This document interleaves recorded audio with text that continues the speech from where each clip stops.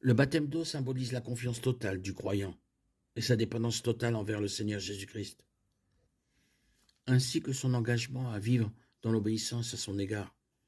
Il exprime également l'unité avec tous les saints, Éphésiens 2,19, c'est-à-dire avec chaque personne de chaque nation sur terre qui est membre du corps du Christ. Galates 3, 27, 28. Le baptême d'eau transmet cela et plus encore. Mais ce n'est pas ce qui nous sauve. Au contraire, nous sommes sauvés par grâce au moyen de la foi, indépendamment des œuvres, Éphésiens 2, 8, 9.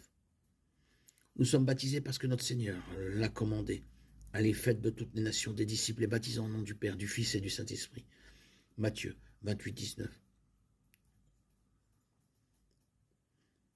Le baptême d'eau est pour les croyants. Avant d'être baptisés, nous devons venir à croire que nous sommes des pécheurs ayant besoin du salut. Romains 3, 23. Nous devons aussi croire que Christ est mort sur la croix pour payer le prix de nos péchés, qu'il a été enterré et qu'il est ressuscité pour assurer à notre place au ciel. 1 Corinthiens 15, 1, 4.